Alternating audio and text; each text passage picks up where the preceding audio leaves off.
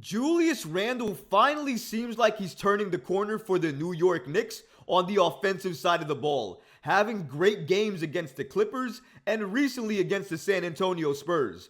We hope he can replicate that same performance or do even better later on today when the Knicks face the Hornets. But according to one NBA insider, he states there's a reason why Randle has looked so good on the offensive side of the ball. And that's because he's running a new move with Mitchell Robinson. We're going to break down exactly what this new move is and why he's running it so much with Mitch. We're also going to look at Immanuel Quickley, who has made Knicks history. All of this and so much more today. But before we get started, guys, about 65% of you watching this video right now are not subscribed. We are on the road to 5,000 subscribers, and we are so close, guys. If you like content like this and love daily Knick updates, please go ahead and hit that subscribe button, and don't forget to turn notifications on so you don't miss a second of any of the new content. And now, let's get started. Julius Randle has a new move, and it may be a little cliche to say a new move because he's run it before, but the reason a lot of NBA insiders are calling it new is because he's spamming it. And he's spamming it and it's working. And it's helping his offensive game for the New York Knicks. So I can't blame him and I hope he continues to do it. But I'm not going to keep you guys waiting. I know you want to know. What is this new move that Randle's running? Why is he spamming it? And is it really working? Well, shout out to Fred Katz from The Athletic for reporting the following. For the first time, according to Fred Katz, Randle is consistently running pick and rolls with Robinson. And while that seems like a simple tweak, Robinson is the Knicks' most common screener and Randle is one of their top scorers. It wasn't in the making until earlier this week. Kat continues by stating the following, giving more context to the story.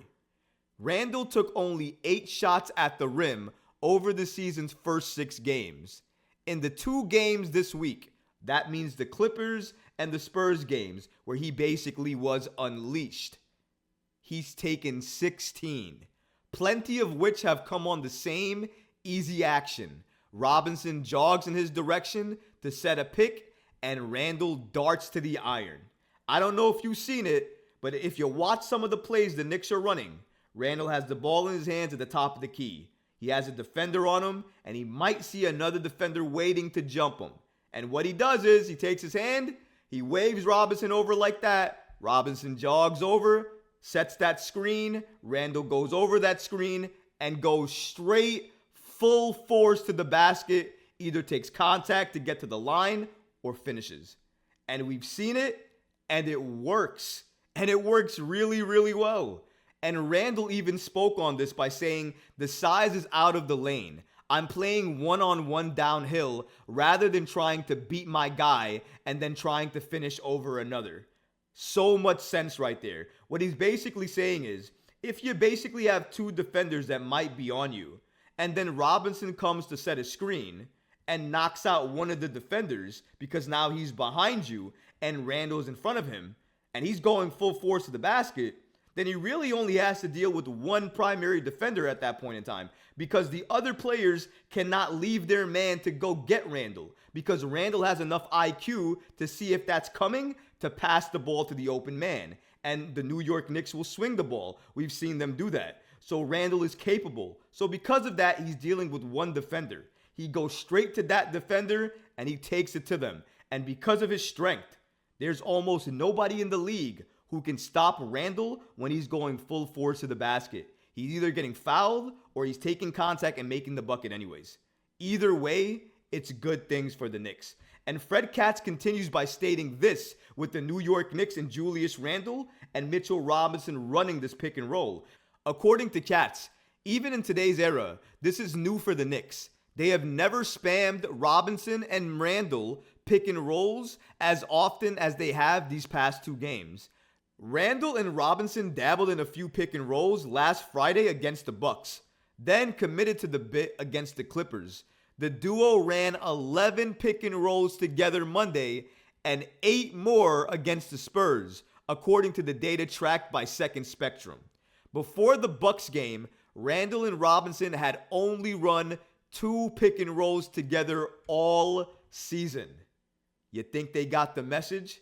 You think they understand what works and what doesn't work? Randle knows what works now. If Randle's off to a slow start, his 3 is not falling, and he knows he needs to get to the rim, and he wants to make it as easy as possible for himself, call the big man over. Call Mitch over, let him set a screen, let the one defender that you have on you stay behind you, go straight to the rim, take it to the other primary defender, and get yourself some points. Watch the ball go in the basket, give yourself some more confidence, and if that happens, you already know Julius Randle with more confidence is going to be an even more elite player for the Knicks. So that's what you want. And them continuing to go back and forth to this is really no accident. Thibs says the following regarding Randle using Robinson more in pick and rolls. It's different. It's a 4-5 center power forward pick and roll. So you've got to make a decision whether you're switching on it or you're going to try to keep the matchup. And Randle is just as aggressive getting downhill into the paint and making the right reads. And that's exactly what I said earlier in the video.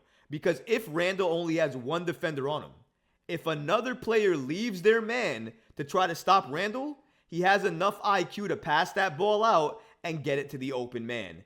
And it's going to make the other team pay. Or at least it should make the other team pay because that shot normally is a 3-point shot that's open.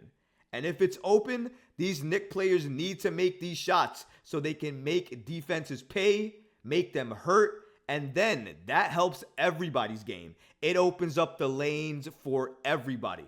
And that's the best part of Randle because when he gets it going, he knows how to pass that ball to others to let them get going as well too. I think we saw that more than anything else to start this season, and he's continued that even when his offense wasn't going, he was trying to do that.